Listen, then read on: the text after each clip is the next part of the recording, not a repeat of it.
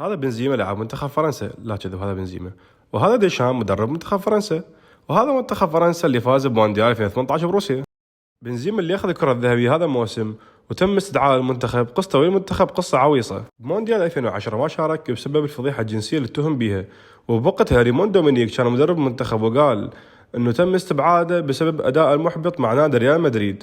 ب 2014 تم اعلان القائمة الرسمية للمنتخب الفرنسي بقيادة ديشامب، وكان بنزيما متواجد بيها. دور المجموعات من مونديال 2014 بنزيما قدم اداء عظيم، باول لعبة ضد الهندوراس سجل هدفين وتسبب بالهدف الثالث اللي سجله الحارس عن طريق الخطأ، واللعبة انتهت 3-0. المباراة الثانية ضد سويسرا بنزيما صنع هدفين وسجل هدف وحصل على جزاء وضيعها وانتهت 5-2.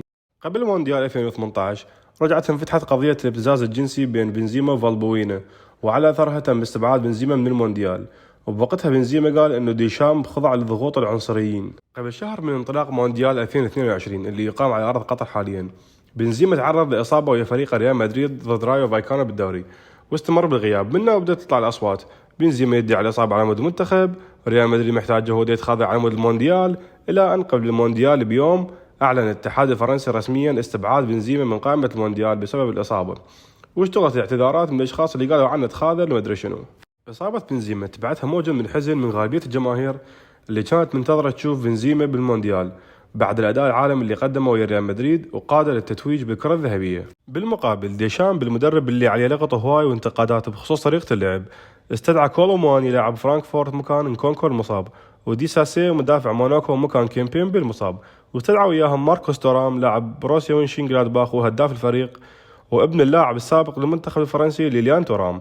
ماركوس سجل 13 هدف وصنع 4 أهداف بكل المسابقات، يعني صراحة أرقام حلوة بالنسبة للمهاجم بديل. حظوظ المنتخب الفرنسي بالمونديال قاعدة تقل يوم ورا يوم، لأن كل الإصابات هي أسماء أساسية ومهمة بالمنتخب، سواء الحارس مينيان اللي تألق ويا ميلان ذاك الموسم، أو بوجبا أو كانتي أو كيمبيمبي أو انكونكو، وآخر شي بنزيما.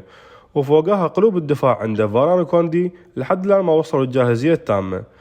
كل هذا والمشجعين ما عندهم ثقة بالمدرب، لأن عنده أسماء رنانة ويلعب بطريقة دفاعية كلش مملة على حسب تعبيرهم. هذا الحكي كله إذا فرنسا قدرت تعبر لعنة خروج البطل من الدور الأول للمونديال. بالختام شوف الفيديو يوتيوب انستا فيسبوك، خلوا عليه لايك، شيروه شو قد ما تقدرون، واشتركوا بالقناة. في امان الله.